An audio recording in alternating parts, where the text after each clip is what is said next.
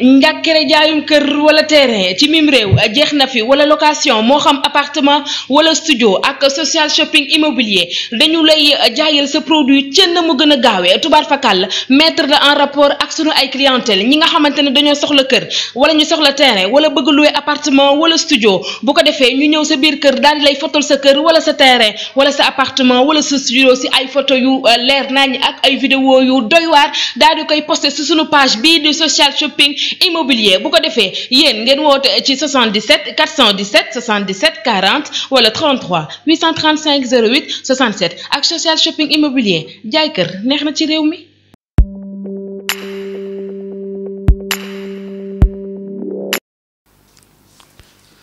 Bonjour chers internautes maa ngi leen di nuyu di leen sant bu baax a baax di leen gërëm di leen fàttali que ne yéen ngi seen émission 30 minutes d'actualité sportive. Plus précisément ñuy gën a wax ci lii ji football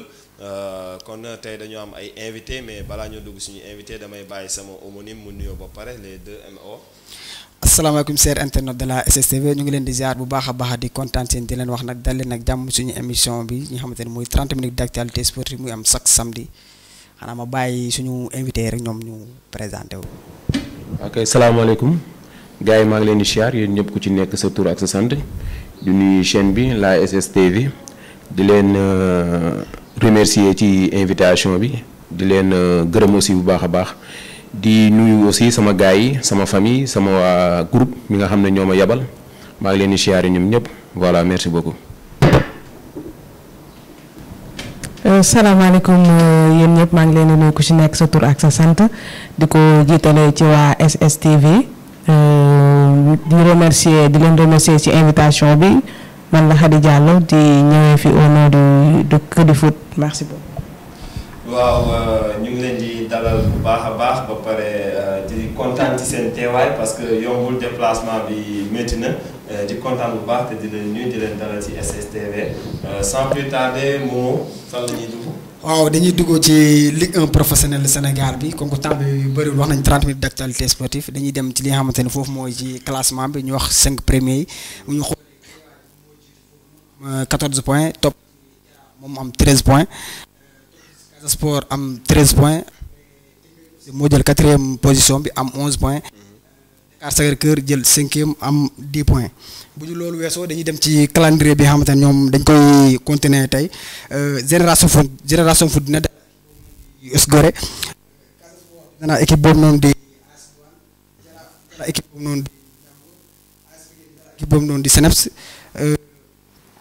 Mbour dala équipe boobu noonu di Teungueth FC Linguère di dalal équipe boobu noonu di Jàmbaar tey loolu la ñu am foofu noonu nga xamante ne ci mooy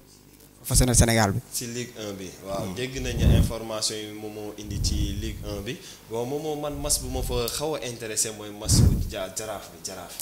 waaw mas jaraaf bi nag parce que boo xoolee jaraaf moom 2e position bi te jaraaf moom dina dal équipe boobu noonu di Ndiambour. bu ci samedi bi ci bu 16h30 jotee foofu noonu ci stade Iba Mar Diop foofu lañ koy fubalee bu 16h jotee bu 16h30 jotee. waaw suñu invité lan ngeen xalaat ci mas boobu jaraaf. waaw bon maa ngi leen di gën a di dooli ziar bu baax a baax maa ngi leen di xamal ni championnat Sénégal bon nekk na championnat bi nga xamante ni guddi yi ñu toll nii nekk na ci championnat yi gën a moo ngi commencé di gën a évoluer par rapport ak 5 ans yi ñu jógee te tamit jaraaf gis nañ aussi leur grand retour parce que jaraaf 4 ans 5 ans ci ginnaaw ak jaraaf de nos jours am na différence bon ñoo ngi gis ni jaraaf moo ngi dalal Ndiambour te defe naa Ndiambour moo ngi ci suuf a suuf ci tableau bi. bon foog naa ni Ndiambour bu ñu jugee ca Louga ñëw fii Dakar fekk ci waa jaraaf foog naa ni dina nekk match bu metti ci ñoom te tamit jaraaf ku wax jaraaf xam na ni wax nga Dakar te ku wax Dakar wax nga Sénégal kon jaraaf kenn mënu leen génne tey jii bu football yamoon tey kenn mënu leen génne ci 2 ou 3 clubs yi nga xamante ni ñu gën a ràññee ci foot Sénégal waaw gis naa ni daal day nekk match bu compliqué ci waa Louga yi malgré seen déplacement et aussi tamit sur les papiers da ngay xam ne ni. waa jaraaf gëm naa ñu nekk favori kaw. waaw loolu ñoo ko déggandoo suñu invité kàddu yi mu sànni ci lii di jaraaf Ndiambour ma profité aussi Jaraaf ma am sama xarit sama doom nday Matar maa ngi lay nuyu bu baax di la ziar dinañ def tout ba ñëw seetaan match bi Matar Diaw bu ñu jógee foofu moom fan la ñuy dugg. waaw bu ñu jógee foofu xam nga semaine bi passé wax nañ leen tey émission bi dañ ko consacré uniquement ci CAN bi xam nga ni CAN bi suba lay commencé. ko xam naa dama lay bàyyi rek nga ubbi débat bi ñu dugg ci CAN bi quoi. waaw CAN bi tey bu ñu koy ubbi dañuy commencé ci calendrier buy am demain incha allah. kii di Cameroun moom mooy dalal Burkina Faso demain à 16h kii di Éthiopie moom mooy dalal kii di Cap-Vert demain à 19h incha allah kon dañ daal di dugg si match Cameroun bi daal di wax si tuuti Cameroun di dalal Burkina Faso tamit nekk équipe boo xamante ne dafa miin CAN commencé na miin CAN bu baax a baax suñu invité yi lan ngeen di gis si match boobu nga xamante ne mooy Cameroun yi ak Burkina. ci match boobu di match d'ouverture de la CAN Cameroun 2021 Cameroun ak Burkina Faso on peut dire que match bu nar a neex la nar a doon Cameroun moo nekk quintuple champion d'Afrique nekk ci mën nañ ne c'est un habitué de la compétition am na ci expérience am nañ ay joueurs de haut niveau te vu que ñoom ils viennent de se qualifier au 3e tour de qualification mondiale devant la Côte d'Ivoire nekk nañ ci dynamique bu baax avec 4 victoires lors de suite ci 2021 bi bu ko comparer ak Burkina Faso une équipe très joueuse qui a posé des problèmes à l'Algérie durant les qualifications au mondial am nañ un joueur de haut niveau tel que Bertrand Traoré qui évolue à Aston Villa mu nañ ne match bu neex la nar a doon te Cameroun moo xaw a jël tuuti avec war a nekk favori parce que non seulement c'est à domicile te c'est une équipe boo xam ne qui se bat bien à la CAN. voilà bon dégg nañ suñu invité lu mu kàddu yi mu sànni ci Cameroun ak kii di Burkina Faso match bi di am demain incha allah à partir de 16h nekk début CAN bi ouverture la te ouverture ku ko wax moom fête la day neex kon xaar leen ko bu baax a baax te je pense que loolu ci SSTV lay xewee amoo. waaw incha allah loolu lañ bëgg de parce que waxtaanoon nañ ak directeur bi xam naa ne moom tamit heure yi nii mu ngi ciy xool bu baax a baax pour ñu doo mu ñuy xaar mu jox ñu réponse li xam naa moom guddi maa bi rek mu envoyé ñu message mu ne suba xëy leen incha allah. incha allah kon mun nañ am direct bi incha allah demee fii ci SSTV loolu yëpp bu ndoree am rek dinañ leen ko teel a wax avant demain ci 16h incha allah bu ñu jugee foofu am nañ ñaari frères yoo xamante ne ñoom ay Camerounais lañ parce que seen papa Camerounais la mais ñoom dañoo préféré dem jël nationalité Maroc parce que seen yaay foofu la nekk marocain la ñoom ñu dem jël nationalité Maroc loolu noonu sama invité lan la man kàddu ngeen ci sànni. loolu contentement la parce que surtout ci Afrique parce que booy xool ñaari mag rakk yooyu di évoluer au Maroc mënoon nañu jouer ci Cameroun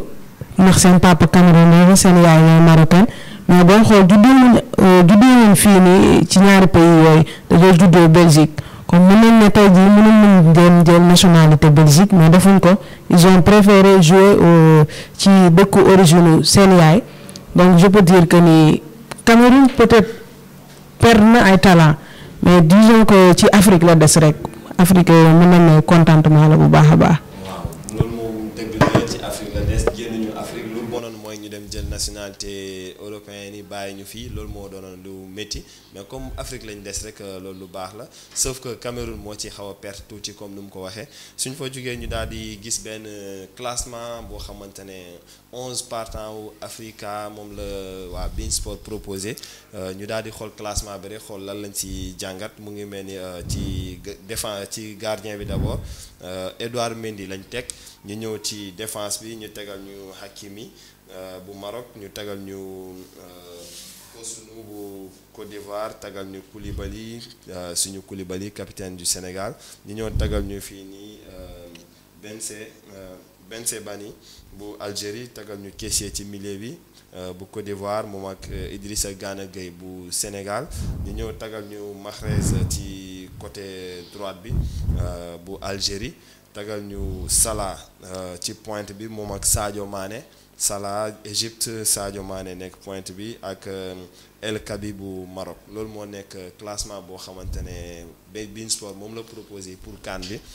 ñu gis ne ci biir classement boobu Mamadou am nañ ci 4 Sénégalais ñu am ci 2 Algériens am 2 Marocains voilà je pense que ñooñu ñoo fa ëppalee ci classement bi lan nga jàngaat si loolu noonu. bon damay commencer ci Sénégal quoi loolu fierté la quoi parce que boo xoolee ci biir 11 yooyu noonu su ma jumul 4 Sénégalais ñu ngi foofu noonu kon xam nga ne carrément heure yi ni joueur Sénégal yi ñu ngi góorgóorlu ci au niveau européen même tamit au niveau kii bi national bi fii nii normalement loolu fierté la si ñun quoi parce que boo xoolee ci biir 11 yooyu noonu ñu proposé nga am ci 4 ñuy football si équipe nationale titulaire di dem feneen tam seen club tam ñuy football foofu noonu titulaire kon loolu xam nga loolu moom loolu vraiment da ngay xam ne carrément ñoom ñu ngi góorgóorlu quoi. parce que c'est la première fois man ma koy wax ma loolu amul mais c'est la première fois ma gis ñu génne benn classement équipe type nga gis 4 joueurs yoo xamante ne ñu bokk même équipe nationale ñu bokk ci équipe type boobu noonu kon loolu moom waaw surtout na Afrique kon loolu fierté la pour ñun Sénégalais yi xanaa di leen ñaanal tamit ñu continuer nag comme ni ñu leen tegee noonu ci foofu noonu ñu góorgóorlu ñu def loolu noonu ci Coupe d'Afrique ba ñëpp xam ne ñoom joxe nañ muyee nañ mooy waaw ñu àndil ñu lu ñu soxla. Atia suñu invité. gis naa classement bi nekk na classement bu raisonnable aussi. parce que boo xoolee lii ñu aligné ci 11 bi loo indi rek am na lu des. waaw parce que gis na ni des grands joueurs yi nga xamante ni kenn woowu leen maanaam bokkuñu ci classement bi. ku ci mel ni Sébastien Haller. mu Ajax Amsterdam mu Amartey mu Leicester. ak bon y a Youssouf Attal aussi. Youssouf Attal mais par contre tamit da ngay gis Achraf Hakimi depuis 3 ou 4 ans moo ngi trôné moo ngi nekk le même gars te tamit c'est mérité. Franchement da ngay xam ne nii raisonnable na daal mais félicitations aussi à nos 4 Sénégalais yi nga xamante ni ñoo bokk nañ ci équipe bi te aussi ils sont incomparables par rapport aux autres ku ci xool Sadio Mané ku ci xool Edouard Mendy Koulibaly Gana Gueye bon du fi ñuy jouer sax mais da ngay xam ne nii c'est des grands joueurs yi nga xamante ni place bii ñu leen jox mérité nañ ko. waaw bu ñu jugee si loolu dañ daal di jox sama homonyme parole bi mu yóbbu ñu fan homonyme. waaw léegi comme waxoon nañ leen 30 minutes d'actualité sportive xam naa heure yi boo leen xoolee sa temps bi lu des bëriwul dañuy dugg rek ci li nga xamante ne mooy calendrier bi nga xamante ne mooy équipe nationale Sénégal ñuy wax ci tuuti boo leen xam nga ne Sénégal lundi lay football ñu ñëw rek wax ci calendrier bi premier match moom di football équipe boobu noonu di Zimbabwe le 10 janvier deuxième match nag moom ak Guinée Conakry ñooy football bu 13h jotee troisième match bi nag moom ak Malawi xanaa lan ngeen ñu xool rek lan ngeen ñu mën a wax ci poule boobu noonu balaa ñoo jàll ci leneen li. waaw dégg nañ ko nee na calendrier Sénégal la indi Sénégal war a football 3 matchs de poule avant ñoo dugg ci phase finale bi 3 matchs de poule yi lim na ko suñu premier match ñu am kii di Zimbabwe ñu bàyyi suñu invité lan lañ xalaat ci match boobu ba pare balaa ñoo dugg ci liste bi wala seen classement boobu. Match boobu di premier match Sénégal qui va le mener face à la Zambie face au Zimbabwe du moins. Mën nañu le Sénégal vu que moom moo nekk première sur le plan en Afrique ba pare en même temps nekk finaliste de la dernière CAN finaliste malheureux de la dernière CAN vu que seen ak joueurs yi ñu am yëpp et ce qui représente sur le plan international mën nañu le Sénégal a l'avantage sur le papier mais comme je le dis rek football léegi dafa doy waar ni que y a plus de petites équipes toutes les équipes se battent bien te boo xoolee Zimbabwe seen qualification yi ils se sont bien battus tey jii am nañ un joueur de niveau international qui joue à Lyon Tino Kadewere est vrai que ces temps yi blessure freiné na ko mais ñëw na am nañ aussi beneen seen ancien buteur bi Kama Biliat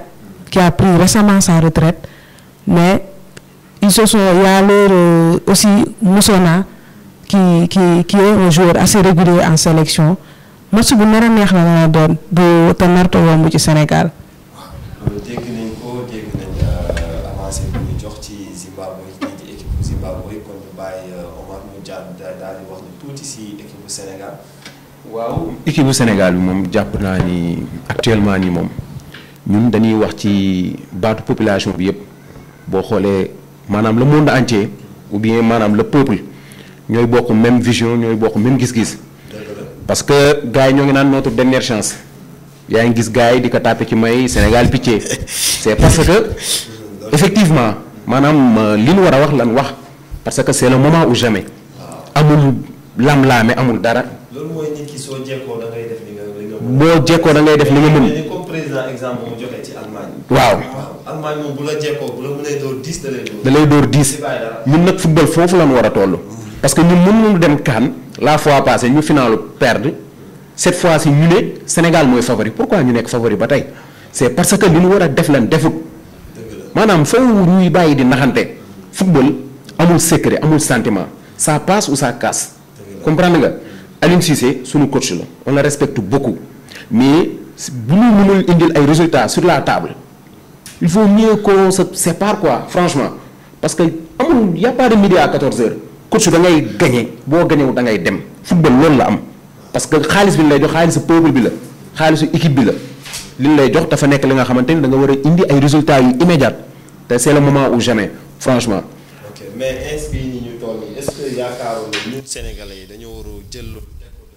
jéem a jàppale Aliou Cissé pousse ko ba ñu génn ci CAN ba pare ñu doog a jugé avant ñu dem ci coupe du monde. waaw xam nga jàppale weesuwut nga dem coupe du monde 2018 la fois passée nga dem CAN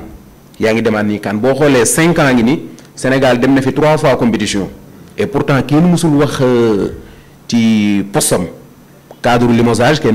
mësu si gisee wax léegi nag du coup loolu war na tax ni tubaab di def rek maanaam c'est le moment ou jamais parce que bon indil nañ la tous les ingrédients Sénégal logé nañ ci hôtel yi gën ci hôtel yi nekk au Cameroun te tamit loolu du hasard aussi Aliou Cissé dëgg la peuple bi da ko war a jàppale ñu booster ko mu am doole conseillers yi ñëw ñu ko war a mën a conseiller ko waaye moom it les derniers mots lui revient parce que tous les choix ci moom lay mën a jóge te tamit il a tous les armes kon boog ci moom la ñuy xaar mu indil lu positif daal. ci côté boobu laay waxee xam nga tey jii nii pression bu ñu koy teg. benn côté dina am côté positif dina am côté négatif parce que tey pression bi. mën na ko jëlee moom tey jii nii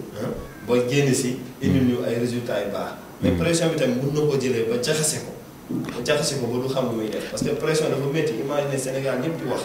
Momo dugg ci réseaux sociaux ñëpp di wax Aliou Cissé dafa métti. Momo ku wax football wax pression ku wax football dans le monde entier wax pression ku wax sport wax pression ku wax discipline wax pression adduna fépp foo dem day am pression tant que y a pas pression y aura pas de résultat loolu moom foofu ñëpp xam ko te ñu def ko seen bopp pression nag bon da ngay jël pression y a deux choses. maanaam du côté positif et du côté négatif dafa am la nga xamante ni nit dina la yab mu yab la mu dénk la ay kàddu fekk moom lay teg pression mais yu positif nga jël ko nga jëfee ko nga xam ne ni yow doomu gaynde nga doomu Sénégal nga te Sénégal yow la ñuy xaar parce que moom tey jii bu jëlee CAN bi gisuma lan mooy tax ñuy wax ci avenir am Aliou Cissé ci kanam rek la mën a wax waaw loolu la quoi tamit il est temps ou jamais. bon man lu ma ci wax rek comme damay rejoindre Baba lu mu wax noonu parce que tamit Aliou Cissé wax nga sànq wax pression dëgg la nag foog ñu teg ko pression quoi parce que boo xoolee carrément am na benn kii nii bu Khalil Fadiga waxoon mu ne carrément normalement heure yi année bii nii moom bu fekkee jëlul CAN bi année bii normalement dafa war a bàyyi quoi parce que mënoo yor équipe bu toll nii pare à chaque fois ngay dem di perdre rek Sénégal équipe bi du équipe bi nga xamante ne day dem ay compétition pour perdre rek quoi parce que dara leer na heure yi fekkoon jamono bi ku yor Algérie ku yor Sénégal heure yi kenn waxatu ko day tegale coupe bi ni ko neexee. bien vrai que nag Algérie moo gën a kii quoi Algérie Sénégal ñoom ñoo xaw a tolloo doole mais carrément heure yii nii boo jël équipe nga jox ko benn Pep Guardiola nii non beneen affaire la wala Hervé Renard sax laa wax Pep Guardiola fa la nekk ba ma jël Hervé Renard rek xamante ne moom moo yor équipe nationale am nga waxee Guardiola gars yi dañuy tey kii nii ba ma jël Hervé Renard rek mais Hervé Renard heure boo ko jox équipe Sénégal bi nii ah waxuma la dara mais coupe d'Afrique moom seen la ko andil lu mu bam budul bii nii muy beneen bi. non mais balaa ngaa génne Sénégal di dem Hervé Renard est-ce que amul ñeneen ñu fi ne ñoo xam ne mën nañ leen indi. mais effectivement fii sunu dëkk bi yor nañ fi des techniciens yi nga xamante ni mérité nañ équipe nationale bi ki nga xamante ni bëggul sax ñu tudd turam xam nga moo ni dool Youssoupha Dabo xam nga. Youssoupha Dabo non si faw ñu tudd turam mais man am naa yàqin ni bëggul ñuy tudd turam ci li jëm ci débat yi quoi mais comme que moom maanaam sotti ceeg def ci lan wax moom moo ngi ci dëkk bi ci métier bi lay góorgóorlu pourquoi pas ñu tudd ko kenn waxul moom la ñuy jox équipe bi. mais bokk na ci ñi nga xamante ni war nañ mën a nekk fii à l'avenir pour ñu mën a jiite équipe nationale du Sénégal. waaw loolu mën na ne mais tey jii nii est-ce que gisoo ni ñu bàyyi ba coupe du monde jàll puisque instant coupe d'Afrique day jeex coupe du monde te Aliou Cissé xeex na ba ñu dem instant ni des match de barrage ñu war a qualifié. non là je suis pas d'accord man gëmuma Aliou Cissé tan ko fiy bàyyi CAN bi jàll. ñu ne nan ko bàyyiwaat coupe du monde bi jàll mais kañ ngay am li nga bëgg kañ. waaw mais coupe du monde bu jeexee di nga am espace boo xamante ne mën nga ko bàyyi indi beneen entraîneur mu defaraat équipe bi mën na yóbbu ci beneen compétition. dégg nga li nga wax diggante CAN ak coupe du monde dafa jege. defaraat nga wax defaraat. j'ai bien dit que Dabo il connaît le local il connaît l'équipe nationale du Sénégal il connaît les têtes il connaît ce qui est en interne Youssouf Dabo mais tout par hasard moo tax ñu tudd turam néew dañuy dem jëli ji benn Camerounais wala benn égyptien wala benn mais sénégalais lañ wax te ku wax sénégalais wax Sénégal Youssouf Dabo xam na local bi xam na joueurs yi xam nga ñoom ñëpp teete ne leen ku nekk am na fu mu jaar ak moom waxuñu nag dañuy ñëw jox ko Aliou Cissé kii moo gën a aay kii moo gën a aay mais football wax résultat te ku indiwul résultat mun nga dem sa morom ñëw loolu la rek du leneen. waaw dégg nañ loolu comme di leen fàttali que ni yéen a ngi seen émission 30 minutes d'actualité sportive plus précisément ñuy wax ci lii di football tey ñu fas yéene wax ci CAN 2021 ñu koy joué 2022 ñu ñëw tey di am ay suñu ñaari invité ñu jóge ci kër du foot kenn ki di Omar Dieng keneen ki di Khady Diallo di kontaan si ñoom te yéen a ngi dégg ñoom lu ñuy avancé c'est neex na trop te am na solo aussi Momo fu ñu jëm. waaw bu loolu weesoo nag dañuy dem ci li nga xam ne li ñu gis photo bu ñu gis xaw ma ndax loolu moom xaw ma gars yi dañoo tricage xam nga nag heure yi nii moom gars yi collage bi dafa bëri quoi mooy loolu problème bi nga xamante ne ñoom waa Sierra Leone ñu ne bu ñuy dem foofu noonu ci Cameroun dañoo jël bateau loolu andi ay débat yu bëri soit xaw ma dañoo am problème avion wala lan affaire bi daal. ubbi naa ay kii yu bëri waaw ubbi naa ay débat yu bëri. waaw loolu ubbi na débat yu bëri te di leen fàttaliku que ni 20 minutes moo demagum suñu émission 30 minutes d'actualité lañ leen wax comme des na 9 minutes puisque 21 minutes lañ nekk instant yi ñu dugg si débat bu moom moo wax maanaam waa Sierra Leone ñoom bateau lañ jël alors que ñeneen ñi avion lañ jël jet privé lañ jël dem mu mel ni exemple bu ñu leen joxee ci photo bi Sénégal ak waa Sierra Leone Sénégal ñoom jet privé lañ jël ñu ngi koy gis nii waa Sierra Leone ñoom ñu jël bateau pour dem Cameroun te distance bu am seen diggante dafa sori. waaw distance dafa sori lu jege la du am problème mais distance bi dafa sori loolu est-ce que du jouer si ñoom puisque Sierra Leone moom mardi lay jouer te di jouer contre équipe boo xamante ne moom mooy téye coupe bi instant yi moo jëloon coupe bi daal di Algérie 2019 par le temps pour moi di Algérie loolu lan ngeen xalaat ci loolu moom à première vue ba mu gisee pour man gars yi dañ bëggoon dem à l'aventure rek mais quand on sait que Sierra Leone ci Afrique de l'Ouest la bokk te bokk na ci yi gën a néew doole économiquement ci continent bi nekk ba ñu nekk 2021 ñu ne am nañ problème jël jet pour dem ci CAN bi ba dañoo mu obligé jël bateau loolu moom dafay war na nekk loo xam ne dañ koy ñaaw parce que dafa ñaaw ci CAN bu mel ni ñu war a dem ci CAN am dëkk woo xam ne amul lu mu yóbboo lu mu fayee jet privé ba obligé jël bateau et quand on sait que kii bateau ni mu mel yombul dafay metti te war a jouer mardi en plus contre l'archi-favori de cette CAN qui est le champion en titre l'Algérie vraiment loolu moom rafetul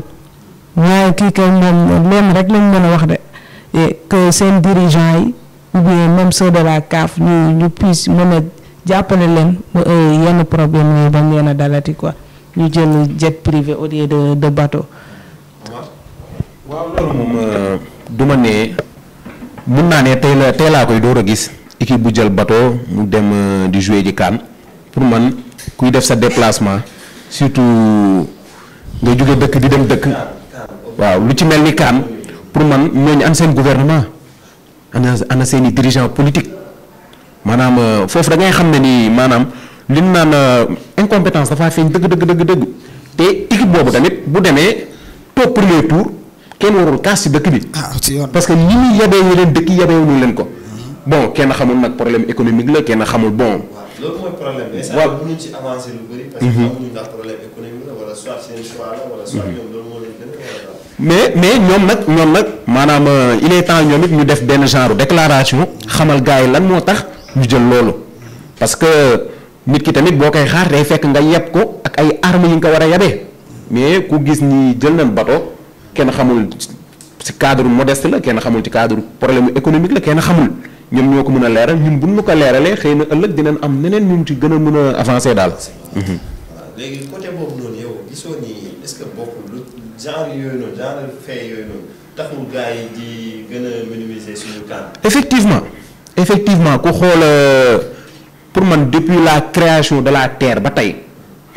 aduna ba mu sosoo ba tey tubaab moo ngi gën a di sous-estimer africain mu ngi gën a di sous-estimer noir loolu nag ñun ñii ñoo ko war a mën a teggi parce que ñun war nañ mën a di booloo di doon benn comme tubaab yi ni mu koy defee seen biir di dimbalante seen biir waaw da ngay gis ni tubaab yi dañuy am problème mu xaalis sax benn concurrent am ñëw jox ko xaalis ne ko liggéeyal nga am après nga fay loolu gis nañ ko fi comprendre nga mais lii moom da ngay xam ne ni franchement c'est désolant quoi franchement nga gis pays bu mel ni Sierra Leone malgré tout maanaam dans le monde foot xëy na desee nan leen xam mais war nañ gënoon mën a weesu fii quoi ak ay bateau yooyu mais li ci kanam daal xëy na dinañ ci am plus d'argument quoi incha allah. bon man li ma ci wax moom foofu noonu je pense que même bu fekkee ne président bi day voyage wala mu def fenn normalement avion présidentiel am na bon normalement président bi waroon na jël avion jox leen ñoom ñu dem football ba ñëw après bu ñu ñëwee ñu kiiwaat avion bi su fekkee ne am na laa wax de parce que tamit comme kii nu waxee rek économiquement comme mënoo comprendre mun na am président bi tamit nag dëkk bi nag kenn xamul lan moo tax ñu jël loolu noonu soit ñoom ñoo xool loolu neex leen ñu jël loolu noonu soit leneen ak leen parce que heure yi mënoo leen juger quoi dañoo image bu ñu gis rek moom kese la ñu mën a basé quoi moo tax xam naa moom comme lu par mun na am ñu bind après benn communiqué ñu ne ñoom lii ak lii la soit problème économique la wala lii la wala ñun moom moo leen neex ñu defee ko noonu affaire bi daal nañ leen déglu rek mun na am ñu kii ko ci biir Coupe d'Afrique bi wala mooy loolu. waaw 25 minutes dem na ci suñu 30 minutes d'actualité sportive kon 5 minutes moo ñu dese ma daal di poser question sama invité yi di leen laaj yéen kan mooy favori pour vous ci CAN bi ñuy dugg nii kan mooy favori wala les deux favoris pour vous. ah man de moom ci CAN bi d'après moi benn favori la am mooy le champion en titre l'Algérie l'équipe à battre c'est l'équipe à battre après mën nañ ne Sénégal non pas parce que dañ fee dëkk mais parce que mënuñ nekk plus de 5 ans ñu nekk ci top premier classement FIFA en Afrique ah ñaar yooyu ce sont des favoris naturels vu leur effectif ah vu que ce sont les deux dernières finalistes c'est les deux équipes à battre de cette CAN. ci côté boobu damay am benn question mooy bëgg laaj à chaque fois moo koy fàtte muy man comprendre ma Algérie ak dynamique bu mu ne te ba léegi Sénégal nekk premier ci classement bi man loolu ma jaaxal ñoom nan la ñuy xoolee classement bi loolu laa wax. bon loolu nag xam naa ni loolu moom ku ko dégg. war nga sa xel war na mën a di xawma dañ koy naxee xawma dañ koy jiin te doonu na ko mais loolu lu war a leer la parce que keroog de passage sax maa ngi nuyu waa Côte d'Ivoire keroog ñoo ngi may jox benn aperçu bu leer ñoo ngi naan ma est-ce que du maanaam la valeur marchande des joueurs parce que ku xool Sénégal boo xoolee exemple sunu 4 joueurs yi nga xamante ni cité nañ leen ci classement Afrique bi boo xool du ñu ay joueurs yu ndaw nekk nañ ay joueurs yi nga xamante ni ku ci nekk minimum di nga jar 50 millions d'euros maanaam sur le marché des transferts par rapport ak yeneen dëkk yi Sénégal foofu am na fa une longueur d'avance par rapport aux autres mais ku xool football xam ne ni ñun même bu dee ay doomu Sénégal lañ sax bu te football ñorlu danañ xam ne Algérie ils sont incomparables franchement ils ont un bon coach des bons joueurs maanaam le staff technique bi nga xamante ni toujours en place et des techniciens yi nga xamante ni dañuy apporter l'équipe bi sur tous les plans. booba loolu kii moom ko sax kii moom exemple bi ma wax noonu Algérie dañuy xool mooy coupe arabe boobu noonu ñu organisé. xoolal presque yoo xam ne équipe locale bi ñu football ci championnat local bi ay ñenn ñi nga xamante ne dañuy football championnat arabe la yóbbu te moom ñoom ñoo jël coupe bi. en plus tamit Algérie fi mu toll nii tey warul jaaxal kenn Algérie fi mu toll nii tey warul jaaxal kenn ils ont combiné une équipe collective. ils ont maanaam le coach comment Belmadi bon da ngay moom laay wax kii sànq gis nga nekk na benn coach bi nga xamante ni bon fu muy yem ci football daf ko mérité du quelqu'un ki nga xamante ni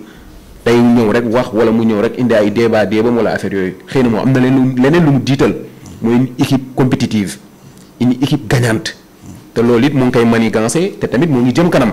ku xool Algérie xool coach bi xool seen joueurs yi da ngay xam ne ni ñoom danoo fier ci seen maillot malgré ñun ñëpp nag bëgg nañ suñu maillot bëgg nañ suñu réew ñun bu ñu sañoon Sénégal mooy jël CAN bi lépp lu fi taxawaat Sénégal a koy jël mais ak Algérie bii ma gis nii moom dina naqaree trop ñu gagné leen vu leur prestation sur les 5 dernières années autour quoi. waaw du yomb de day métti trop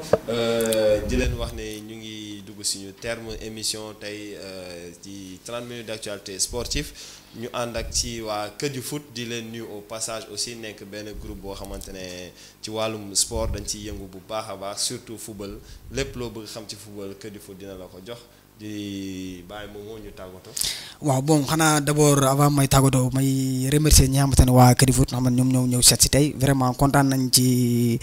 ni ngeen ñëwee seet si ñu tey parce que tamit temps amul quoi xam naa heure da ngeen bàyyi sa liggéey ñëw wuy si ñu mais xanaa di kontaan seen ñëpp di kontaan képp nga xamante ne yaa ngi nekk membre Kër du Foot di leen ziar bu baax a baax xanaa di wax chers internautes yi bon comme li ñu leen waxee rek incha allah dinañ waxtaan ak directeur xool ni ñuy jàllalee CAN bi ci télé bi incha allah. incha allah voilà Omar. waaw maa ngi di leen gërëm di leen am naa daal contentement daal bu baax a baax parce que ñun moom man moom ku ma xam na ni damaa bëgg football moom dama ko bëgg depuis ba may xale ba tey mënuma ko duma ko pratiquer mais lu ma bëgg la lu ma mën a toog wax ci la xëy na maa ngi koy jàng xam-xam boobu maa ngi koy jàng te bëgg naa mu dem mu jëm ca kanam en plus tamit maa ngi gërëm sama gars yi waa Kër du Foot diaspora sama gars yi maa ngi leen bégee bu wër a wër waaw ku ci nekk xam na ni maa ngi koy bégee maa ngi koy safoo bu baax a baax di nuyu aussi sama famille bi nga xam ne ba may ñëw tàggu naa leen te amuñu ci benn xarma yàlla quoi maa ngi leen gërëm bu baax a baax. Avant tout di remercier waat SSTV et les deux homonymes Momo waaw et les trois Momo di leen gërëm au nom de Kër du Foot vraiment suñu groupe boo xam ne ay passionnés de foot rek ñoo ci nekk H24 7 jours sur 7 365 jours sur 365 on parle de Kër du Foot et bëgg nañ développement football local ah nekk ginnaaw ci derrière ci notre équipe nationale ci CAN bi ñaan nag comme ni ñu koy waxee rek yàlla picc daal waaw coupe bi ñëw Sénégal ñu kontaan ñi ñëpp kontaan. léegi di remercier waat encore une fois yëpp di nuyu waa Kër du Foot comme Kër du Foot diaspora ñoom ñëpp ñu ngi leen di nuyu jërëjëf. merci beaucoup kon ñu ngi leen di sant di leen gërëm comme ni ñu koy defee chaque samedi di commencer par waa Cambérène ñu ngi leen di nuyu bu baax di kontaan ci yéen di nuyu waa Parcelles di kontaan ci yéen di nuyu waa groupe SSTV surtout waa groupe SSTV di leen souhaiter bonne et heureuse année 2022 di nuyu suñuy invité ñoo xamante ne ñooy waa Kër du Foot di leen gërëm di leen sant te di kontaan ci yéen te di leen masawu ci déplacement bi bu baax a baax di leen wax ne bon ñu ngi leen jox dig daje samedi prochain incha allah ci beneen numéro peut-être ñu gisee demain ci CAN bi cela dépend ci directeur kon ñu ngi koy nuyuwaale au passage di leen wax bye bye bye. tubaar fa kàll sama xarit bi la say xeetu airport baax na waa jànk foo amee lii. xanaa biir social shopping. jànk luy social shopping. social shopping mooy site en ligne boobu la nga xamante ne moo ma jaay yile airport yu baax base musicale bu extraordinaire waaw extraordinaire ndax lii dafa doy waar. ah est de la bonne qualité. wuy ma nag da ngay bàyyi loolu ndax nee naa leen ñun waa social shopping tubaar fa kàll lépp lu ñu jaay qualité la. qualité sonore bu doy waar bu extraordinaire ngay daal di am yile airport boo ko gisee nga xam ni day tenir batterie bi gaawut a wàcc waa lii neex na de woo kenn du social shopping yii airport ku ko takk rek daal di dégg daal di. waaye sama waa ji de nan lay def ba am ci lii. tubaar fakal la gannaaw ba nga duggee sama site en ligne daal di gis say airport daal di may cliquer soo ma cliquer rek nga daal may woo ci 77 417 77 40 wala 33 835 08 67 ak social shopping daal jaay day ànd ak qualité. yee xaaral ma daw gaa doo ma fi bàyyi.